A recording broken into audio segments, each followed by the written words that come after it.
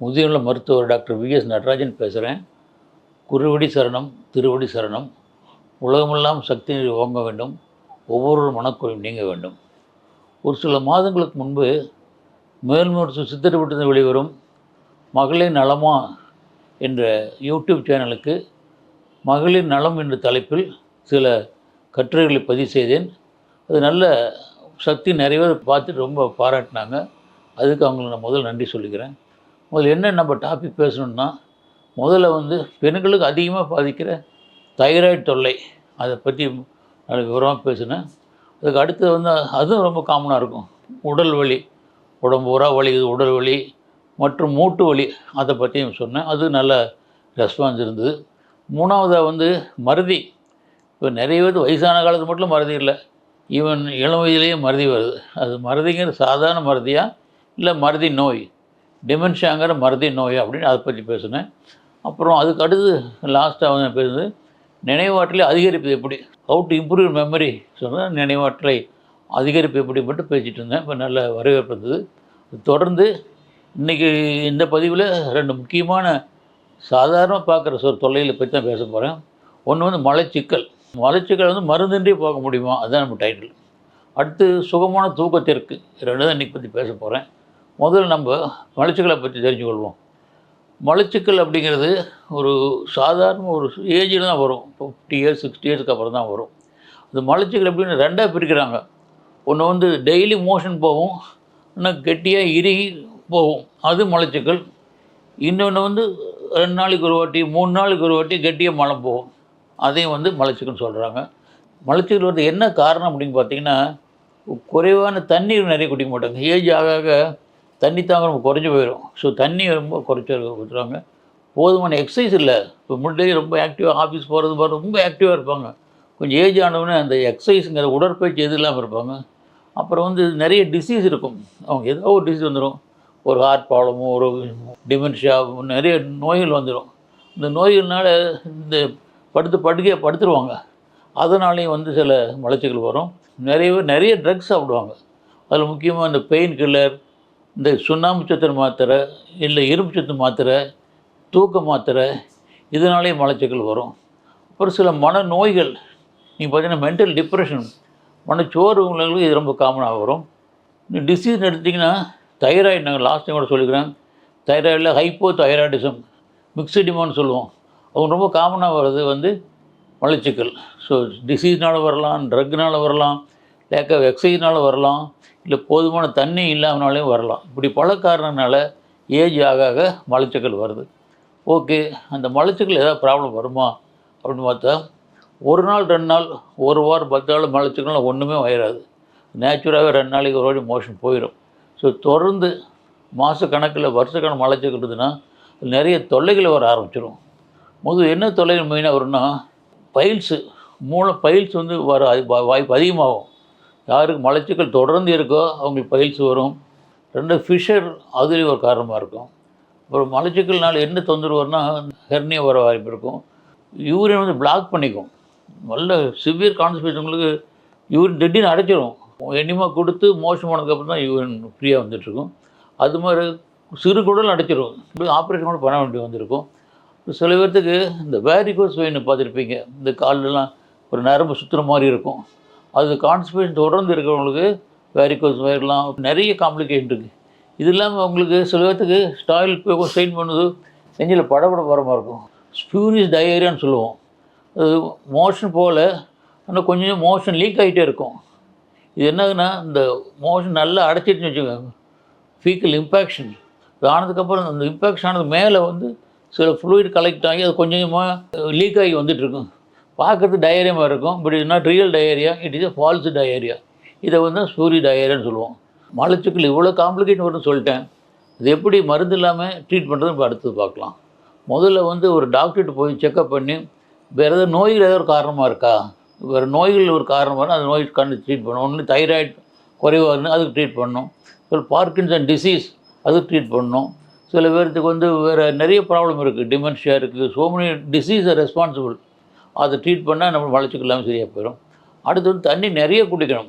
வயசான minimum 2 to 3 litres கண்டிப்பாக குடிச்சாகணும். யாருக்காவது ஹார்ட் ப்ராப்ளம் இருக்கிறவங்களுக்கோ கிட்னி ப்ராப்ளம் இருக்கிறவங்களுக்கு அதை குறைச்சி தான் சாப்பிடணும்.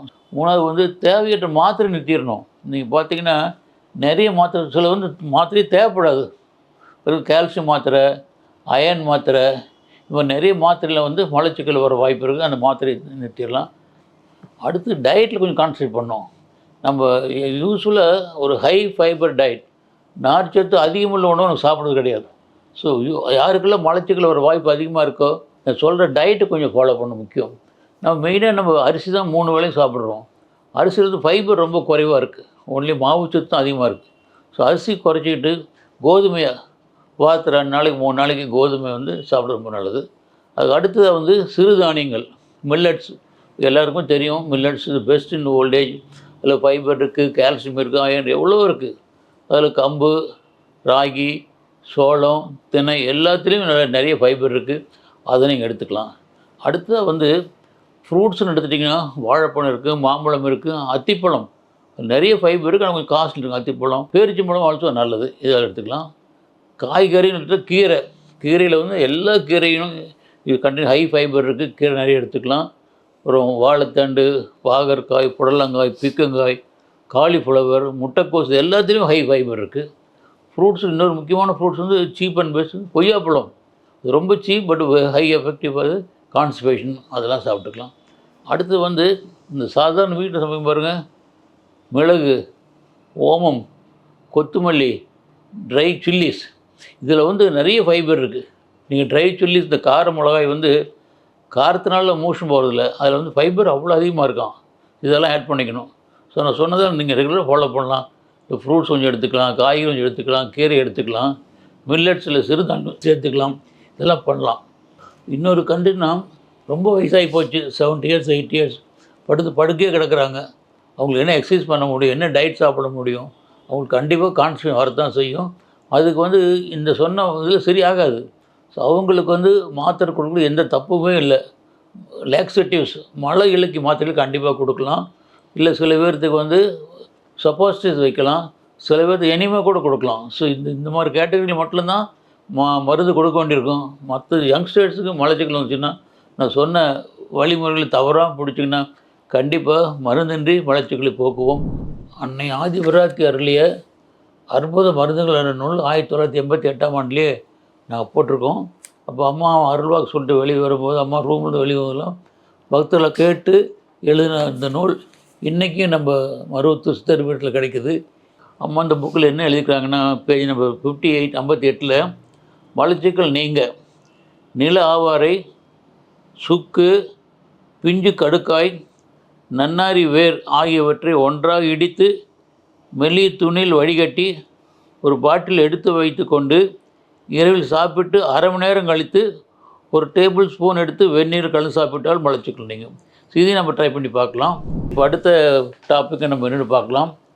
அடுத்த டாபிக் முதல்ல சொன்ன மாதிரி சுகமான தூக்கத்திற்கு, தூக்கமின்மை வரத்துக்கு பல காரணங்கள் இருக்குது. முதல் காரணம் வந்து பகலில் நிறைய நேரம் தூங்கிடுறாங்க. வயசாகி போச்சு, வேறு வேலை ஒன்றும் கிடையாது, பகலில் தூங்கிட வேண்டியது. அடுத்து வந்து எந்த ஒரு எக்ஸசைஸ் எதுவும் பண்ணது கிடையாது. அப்புறம் நிறைய மாத்திரைகள் சாப்பிடுவாங்க. முக்கியமாக வந்து இந்த நீர் மாத்திரை, மனநோய் கொடுக்குற மாத்திரை, உள்ள மாத்திரைனாலையும் தூக்கம் டிஸ்டர்ப் ஆகும். சில நோய்கள்னாலையும் தூக்கம் வராது. நீங்கள் மனச்சோறு, மென்டல் டிப்ரெஷன் தூக்கம் வராது. டிமென்ஷியா உள்ளவங்களுக்கு, பார்க்கின்சன் டிசீஸ் உள்ளவங்களுக்கு இதனாலையும் தூக்கம் வராது.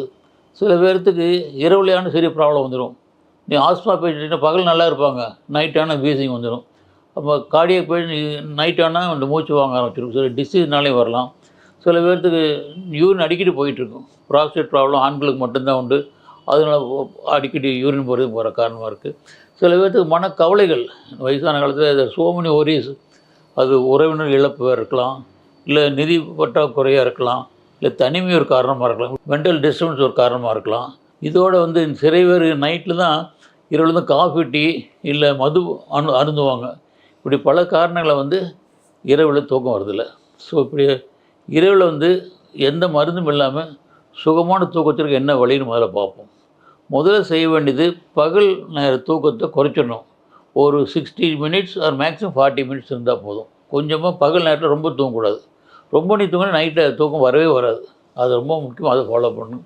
அடுத்து கொஞ்சம் எக்ஸசைஸ் கண்டிப்பாக செஞ்சாகணும். ஒரு ஒரு 45 மினிட்ஸ் 1 ஹவர் அது 3 to 5 கிலோ டியூரேஷனில் மார்னிங் அண்ட் ஈவினிங் எக்ஸசைஸ் பண்ணிட்டு வரணும். ஒரு எக்ஸசைஸ் பண்ணிட்டு வந்ததுக்கப்புறம் நம்ம ஒரு ஸ்லீப் ஹைஜீன் சொல்லுவோம். நான் சொல்கிறது ஒரு ஷெட்யூல் மாதிரி பண்ணிக்கணும். ஸ்ட்ரிக்டாக 10 மணிக்கு தூங்குறோன்னா 10 மணி டெய்லி தூங்கிடணும். இந்த 10க்கு முந்தியே ஒரு 2 ஹவர்ஸ் முந்தியே நீங்கள் டின்னர் முடிச்சுக்கணும். நீங்கள் ஹெவியாக சாப்பிட்டு படுத்தீங்கன்னா தூக்கம் வராது. ஸோ 2 மணி நேரத்துக்கு முந்தையே சாப்பிட்ருங்க. சாப்பிடும் ஹெவியாக சாப்பிடாதீங்க. ரொம்ப லைட் டின்னராக இருக்கட்டும். அதுக்கப்புறம் தண்ணி ஒன்று தான் குடிக்கணும். காஃபி, டீ, ஆல்கஹால் பூராது டோட்டலாக அவாய்ட் பண்ணிடணும். அது முக்கியம். அப்புறம் தூக்கத்துக்கு உண்டான சில மாத்திரைகள்லாம் எதுவும் வேண்டாம். நீர் மாத்திரைகளை முடிஞ்சளவுக்கு குறைச்சிடுங்க. சாயந்தரம் ஒரு முக்கியமான ப்ராக்டிக்கல் பாயிண்ட் ஒரு வாக்கிங் போயிட்டு வந்ததுக்கப்புறம் கொஞ்சம் ஹாட் வாட்டர் பாத், கொஞ்சம் மெடிடேஷன் பண்ணி, கொஞ்சம் மில்க்கு சூடான பால் சாப்பிட்டு நல்ல தூக்கம் வரும். இதில் இன்னொன்று என்ன சொல்கிறாங்க, சித்த மருத்துவத்தில் சூடான பாலோட 2 ஸ்பூன் தேனை போட்டுங்க. கசகசா பவுடர் பண்ணி அதை 1 ஸ்பூன் போட்டு தூங்கினா நல்ல தூக்கம் சித்த மருத்துவம் சொல்லுது. இப்படி பல காரணங்களால நம்ம தூக்கத்தை கொண்டு வர முடியும்.